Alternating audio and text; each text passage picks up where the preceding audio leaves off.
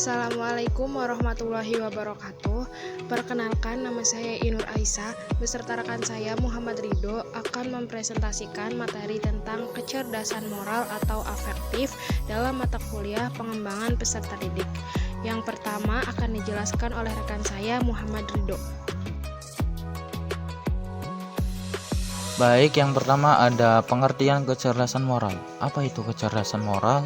Kecerdasan moral atau moral intelijen merupakan salah satu kemampuan seseorang untuk membedakan benar dan salah berdasarkan keyakinan yang kuat akan etika dan menerapkannya dalam suatu tindakan.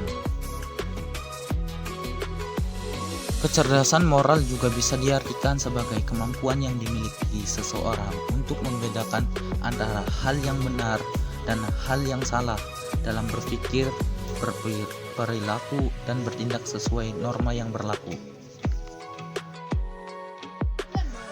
Yang kedua ada tujuan kecerdasan moral. Nah, tujuan kecerdasan moral yaitu ada mengembangkan empati, menumbuhkan hati nurani, terus ada menumbuhkan kontrol diri, yang terakhir ada menghormati orang lain. Nah, yang pertama ada mengembangkan atau menumbuhkan empati. Rasakan apa yang terjadi pada orang lain secara mendalam dengan membangun kesadaran emosional dan kosakata, meningkatkan kepekaan terhadap orang lain dan mampu memahami berbagai hal dari sudut pandang orang lain. Yang kedua ada menumbuhkan hati nurani, merujuk pada seseorang yang melakukan kesalahan dengan mendidik orang yang bermoral, memperkuat ajaran nurani dan membantu seseorang membedakan mana yang benar dan mana yang salah. Yang ketiga ada mengembangkan kontrol diri, di mana apa yang dianggap benar didahulukan. Usahakan untuk selalu menjadi motivator bagi diri Anda sendiri dan pikirkan dengan cermat sebelum mengambil keputusan. Nah, yang terakhir ada mengembangkan rasa hormat terhadap orang lain, adalah contoh bagaimana menghormati orang lain dan menawarkan kesopanan pendidikan. Nah, yang ketiga atau yang selanjutnya yaitu aspek kecerdasan moral. Aspek kecerdasan moral ini ada, yang pertama ada integritas, tanggung jawab, perasaan iba, dan pemaaf. Nah, integritas yaitu menyelaraskan perilaku agar sesuai dengan prinsip yang dianutnya.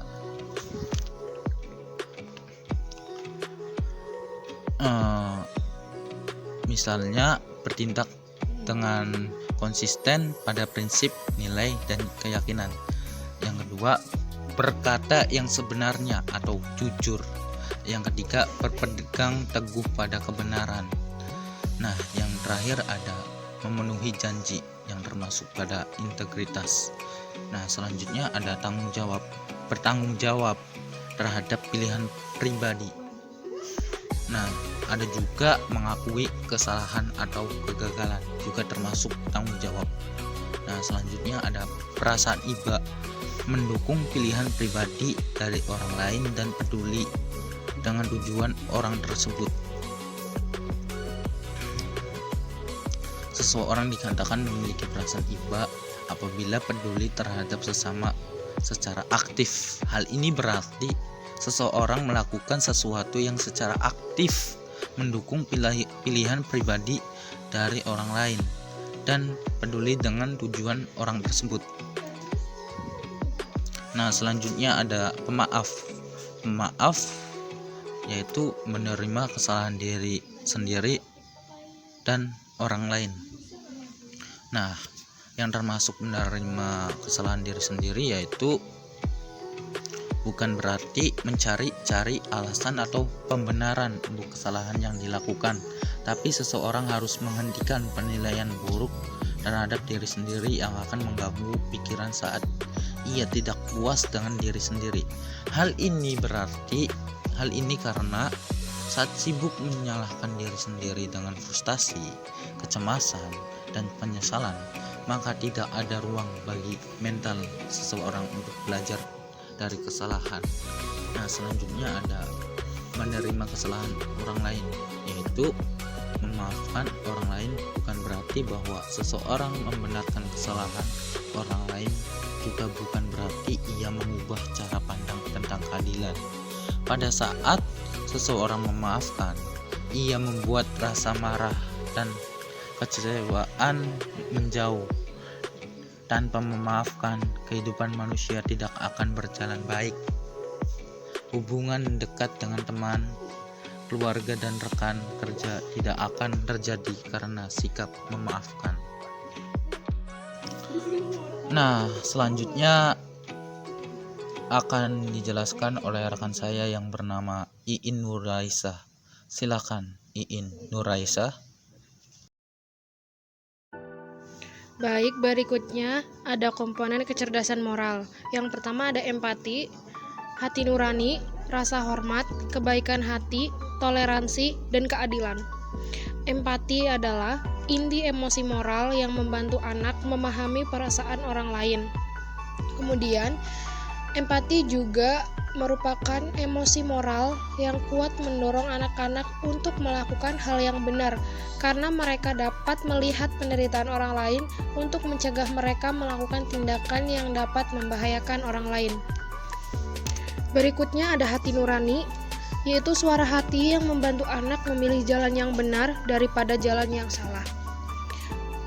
Hati nurani juga merupakan kebajikan dasar untuk pengembangan kejujuran, tanggung jawab, dan integritas yang tinggi. Yang ketiga, ada rasa hormat, mendorong anak bersikap baik dan menghormati orang lain. Jika anak terbiasa menghormati orang lain, ia akan menghormati hak dan perasaan orang lain dan akibatnya menghargai dirinya sendiri. Kebaikan hati, yaitu mampu menunjukkan kepeduliannya terhadap kesejahteraan dan perasaan orang lain. Dengan mengembangkan kebajikan ini, anak-anak akan menjadi lebih berbelas kasih dan tidak berpikir terlalu banyak tentang diri mereka sendiri dan mengakui bahwa berbuat baik adalah benar, menunjukkan perhatian, membantu yang membutuhkan, dan melindungi mereka yang berjuang atau kesakitan. Lalu ada toleransi, yaitu mampu menghargai perbedaan kualitas dalam diri orang lain. Kebajikan ini membuat anak-anak memperlakukan orang lain dengan kebaikan dan pengertian, menentang permusuhan, kekejaman, dan kefanatikan, dan menghormati orang lain atas dasar karakter mereka. Yang terakhir ada keadilan, yaitu memperlakukan orang lain dengan baik, tidak memihak, dan juga adil. Ketika kebajikan ini meningkatkan kepekaan moral anak, ia juga dianjurkan untuk membela mereka yang diperlakukan tidak adil dan menuntut agar semua orang setara tanpa memandang etnis, kebangsaan, budaya, status ekonomi, keterampilan, atau kepercayaan mereka diperlukan. Pengertian afektif. Afektif adalah segala sesuatu yang berkaitan dengan emosi seperti penghargaan, nilai perasaan, semangat, minat, dan sikap terhadap sesuatu hal. Klasifikasi tujuan afektif. Yang pertama ada penerimaan dan responsif. Penerimaan adalah kepekaan seseorang dalam menerima rangsangan atau stimulus yang datang kepada dirinya yang berupa masalah, situasi, dan gejala. Contohnya, mendengarkan pendapat orang lain. Berikutnya ada responsif, yaitu kemampuan yang dimiliki oleh seseorang untuk mengikutsertakan dirinya secara afektif dalam suatu masalah tertentu dan membuat reaksi terhadap permasalahan tersebut. Contohnya, ikut berpartisipasi dalam diskusi kelas mengenai suatu pelajaran. Berikutnya, penilaian dan organisasi. Penilaian yaitu pengharapan anak yang tidak hanya mampu menerima nilai yang diajarkan, tetapi mereka telah berkemampuan untuk menilai konsep atau suatu fenomena yang baik atau buruk. Contohnya, mengusulkan kegiatan kelompok untuk suatu materi pembelajaran. Organisasi yaitu pengembangan diri dari nilai ke dalam satu sistem organisasi, termasuk di dalamnya hubungan satu nilai dengan nilai yang lain. Contohnya seperti ikut berpartisipasi atau ikut andil dalam suatu kegiatan organisasi. Baik, cukup sekian presentasi dari saya, Iinur Aisyah beserta rekan saya Muhammad Ridho. Mohon maaf bila ada kesalahan dan kekurangan. Terima kasih atas perhatiannya. Wassalamualaikum warahmatullahi wabarakatuh.